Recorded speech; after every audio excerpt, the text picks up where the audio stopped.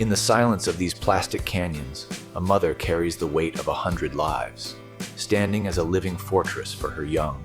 It is a dance as old as the desert itself, a ritual of connection, where instinct drives the continuation of the lineage.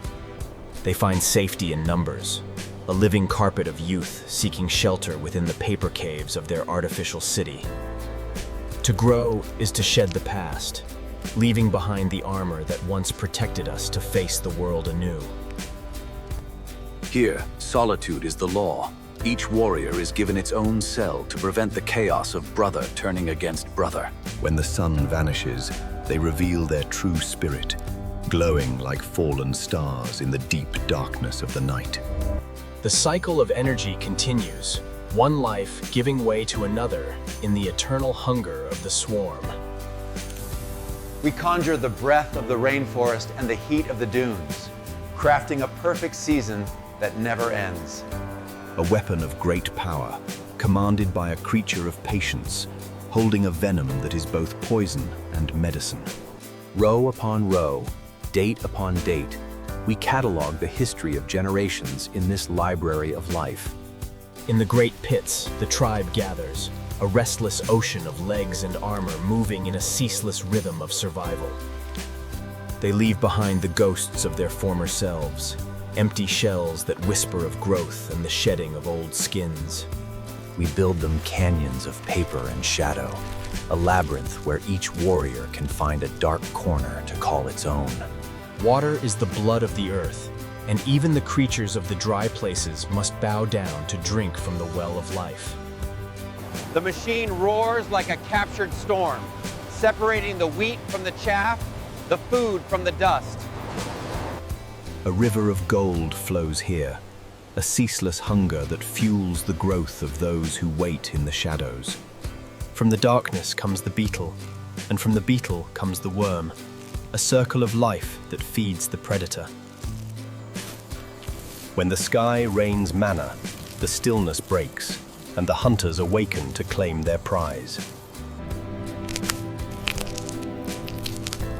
One life ends, so another may endure. It is the harsh, but The wind here is not born of the sky, but of steel and power, breathing life into this enclosed world. The earth trembles here, not from the buffalo's hoof, but from the machine's dance, sorting the golden harvest that feeds the swarm. We feed the earth to the worm, so the worm may feed the scorpion, creating a chain of strength that begins with the soil itself. From the tail of the warrior comes a drop of liquid fire, a potent spirit that can heal or harm, distilled into a single tear. We capture the essence of the creature, trapping its power within glass, harvesting the medicine that flows in its veins.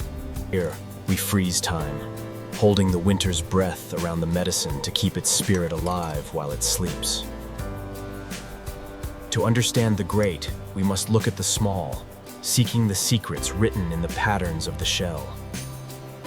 The water washes away the dust of the pit, cleansing the harvest, preparing it for its final transformation. The fire claims them now, changing them from hunters of the sand into sustenance for the people, a sacrifice of the body.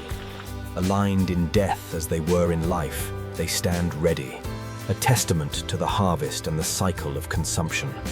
The sun takes the water and leaves the stone, curing the flesh until it becomes a medicine that will last through the turning seasons. The journey of the hunter ends here, transformed by fire into a feast, waiting to nourish those who seek its strength. They sleep now in the sun, their spirits captured in dry husks, ready to become the medicine that travels across the world.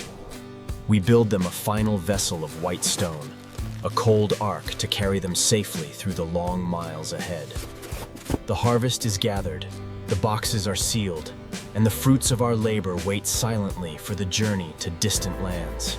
from the dry sand, we turn our eyes to the water, to the great mirrors of the earth, where a different kind of life begins.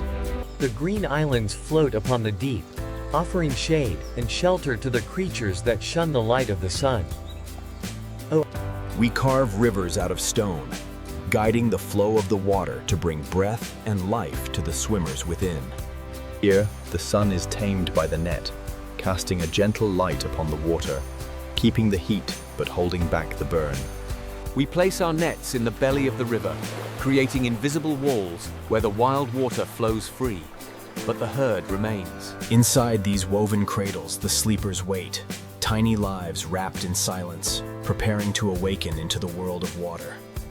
From the woven womb of the earth, the thread of life emerges, small and seeking the water that calls to it.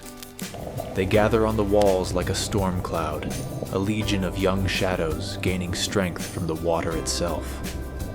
The river gives us the shell, a mountain of slow-moving life that will become the fuel for the swift. We cast the stones of life into the deep, an offering to the hunger that waits in the silence of the pond. The hunter embraces the shell, not in love, but in hunger, drawing the spirit from the house of stone. Here lies the herd of the water, the silent army that waits to be sacrificed for the growth of the leech. We break the armor so the young may eat, shattering the shield to release the strength hidden within. We purge the water of the past, removing the shadow of waste so the river remains clear for the living. The water meets the land here, creating a sacred shore where the mothers will climb to hide their future in the mud. The sun sleeps, but the water watches. In the darkness, the cycle turns, guided by lights that banish the night. The deep water gives up its children, a dark bounty pulled from the mud to serve a higher purpose. The river of life flows from the earth into our keeping, a flood of shadows gathered for the curing. We wash away the clay of the riverbed, cleansing the spirit of the creature so it may be pure for the fire of the sun. Laid out beneath the eye of the Father Sun, they offer their moisture to the sky, surrendering their old life. The water spirit leaves them, vanishing into the air, leaving behind a vessel of concentrated power. We turn the harvest like the soil, ensuring that the heat touches every side, sealing the medicine within. The wind has done its work, and now the stone-dry husks are ready, cleansed of the chaos of the field. We weave a new skin for them, a white sack to hold the collective strength of the pond, ready for the trade. A mountain of medicine waits in the dark, a silent library of healing, gathered from the water and the sun. The gates close, and the journey begins. From our hands to the world, the cycle of the farm is complete. Two nations live here side by side, one of the dust and the drought, the other of the deep and the rain. We keep the memory of the harvest in glass, suspended in time, a testament to the life that once moved. The earth takes back what is discarded, turning the end of one cycle into the beginning of another, feeding the soil that feeds us all. The machines breathe for the water, stirring the spirit of the air into the deep so the sleepers may breathe. We catch the fire of the sun, not to burn, but to power the pumps and the lights that guide the farm through the night. It is not only the stinging tail and the sucking mouth. Other spirits of the earth join the harvest to bring healing to the sick. The wisdom of the elders is written on paper, a map of secrets that guides our hands in the care of the small. We chart the land like the stars, marking the path of the water and the growth of the herds. The fire embraces the warrior, not to destroy, but to change, sealing the spirit inside a golden armor of taste. They march in a row, even in death, a unified offering to those who seek the power of the desert in their meal. We dress them in the spices of the earth, adding fire to fire, honoring the heat from which they came. The lizard joins the scorpion, a brotherhood of the dried, preserved to fight the illnesses that plague the living. Listen to the voice of the dry water. They rattle like the bones of the earth, heavy with the promise of healing. We measure the harvest not in lives, but in numbers, quantifying the sacrifice of the season. Even bound in the net, the spirit remains restless, 1,000 legs seeking the freedom of the sand. The white tomb is sealed, a cold vessel carrying. We scrub away the history of the old generation to make a clean space for the new, for the cycle demands purity. The heavy lifting is done, and the burden passes from our hands to the road, carrying the farm's legacy to the horizon. The heart of the farm is not made of flesh, but of iron and water, beating rhythmically to keep the river clean. We capture the cloud and hold it within these walls, giving the air a weight that nurtures the life below. They do not need eyes to see. They feel the trembling of the world, sensing the heartbeat of the prey before it even moves. The empty houses of the eaten pile up, a white mountain of calcium that returns to the dust from which it came. Nothing is lost. The death of the grain becomes the food of the soil, preparing the earth for the next season of growth. The sun gives them fire, but the moon gives them peace. In the silver light, we build walls of woven thread, a shield against the wild sky, to keep the sanctity of the herd within. Generations are preserved in spirit, their forms suspended in liquid time, watching the new ones take their place. When the winter whispers outside, we light a false sun, a red eye that keeps the cold at bay. The wheel turns without tiring, forcing the breath of the sky into the water so the swimmers may never drown. From the height of the eagle, we see the order we have carved into the earth, a kingdom of lines and life. the spark is small, a single egg in the dust, but it kindles the fire that feeds the millions. They leave the fortress of the mother to walk their own path, 1,000 tiny journeys beginning at once. The mud holds the secret, a pulse of life, waiting for the signal to break the seal and enter the river. We harness the silence of the light to drive the roar of the pumps, binding the sun to the wheel of the farm. Fire and water, sand and mud, two worlds become one in the harvest, joined by the purpose of healing. The wind sings the same song to the wild grass and the farmed pond, for nature knows no fences. The river of gold never stops flowing, a torrent of hunger and life that sustains the cycle. Listen closely, and you will hear the voice of the swarm, 1,000,000 legs writing the story of survival. The night ends, the sun returns, and the great wheel turns once more. This we have carved a chessboard into the earth, where water is the king, and life is the pawn. The stone riverbeds are dry now, waiting for the gate to open and the spirit of the water to return. The offering floats upon the green sea, a vessel of stone shells delivered to the hungry deep. Countless houses of calcium gathered from the river, destined to become the strength of another. We strip away the old skin of the pond, washing away the past to make the water new again. Here, the river is tamed and straightened, flowing in black veins under a sky of plastic. We build walls of thread within the water, a fortress to keep the chosen ones safe from the wild. We mix the earth with the seed of growth, preparing the bed where the life of the water will sleep. They rise from the deep like smoke, a legion of shadows seeking the air before returning to the dark. We weave a ceiling of green thread, a shield against the burning eye of the sun and the thieves of the sky. Soft stones of foam, hiding the sleeping children of the leech, waiting for the moisture to wake them. The seal is broken, and the secret is revealed. From one, many come forth to claim the water. The plants are the lungs of the pond, breathing clean air into the dark water below. We guide the water into long fingers, reaching out across the land to carry life to every corner. Blue ribbons of water lie upon the earth, artificial rivers holding a density of life nature could never sustain.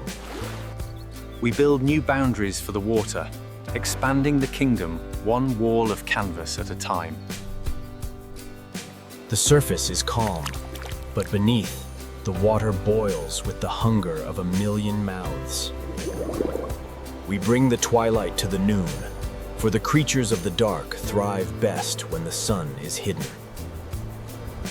The water waits, a silent stage set for the actors who will soon fill the void.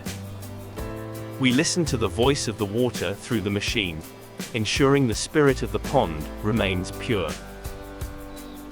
We summon the rain at will, keeping the air heavy and wet so the skins of the sleepers never dry. The net catches the sins of the water, holding the filth so the river may run clean. Movement is life. Stagnant water is a grave, so we force the river to dance. When the cold wind bites, we shelter the river under a skin of plastic, keeping the summer alive within. The earth is scarred to make way for the water, a wound that will heal into a home.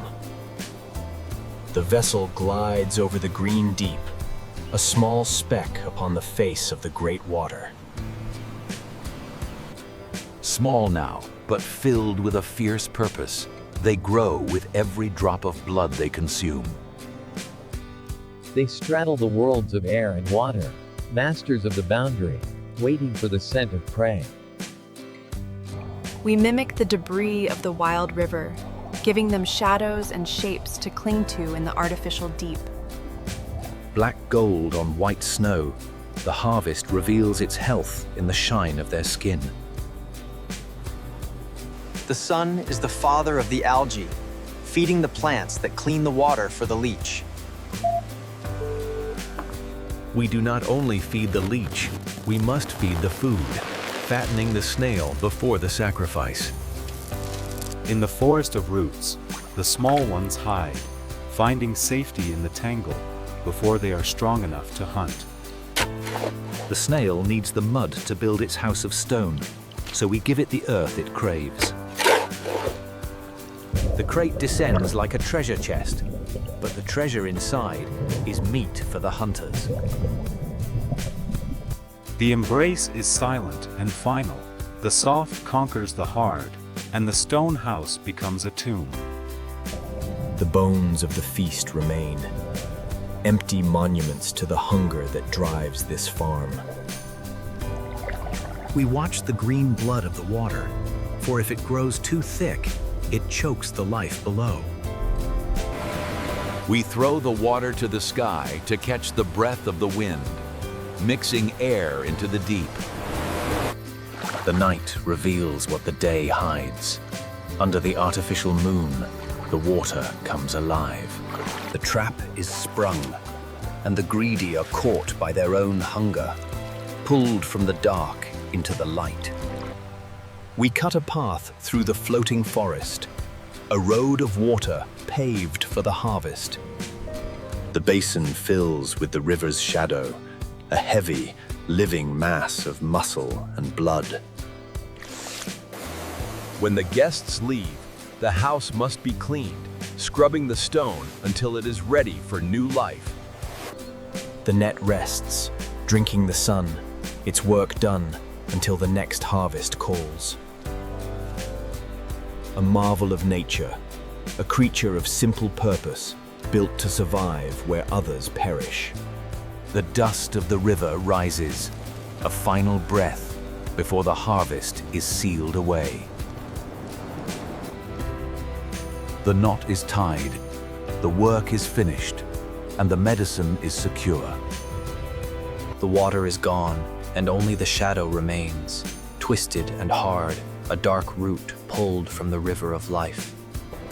We gather the shadows into the sack, a harvest of darkness that brings light to the body of the sick. The sand is alive, a golden ocean of armor and stinging tails that never sleeps, never stops.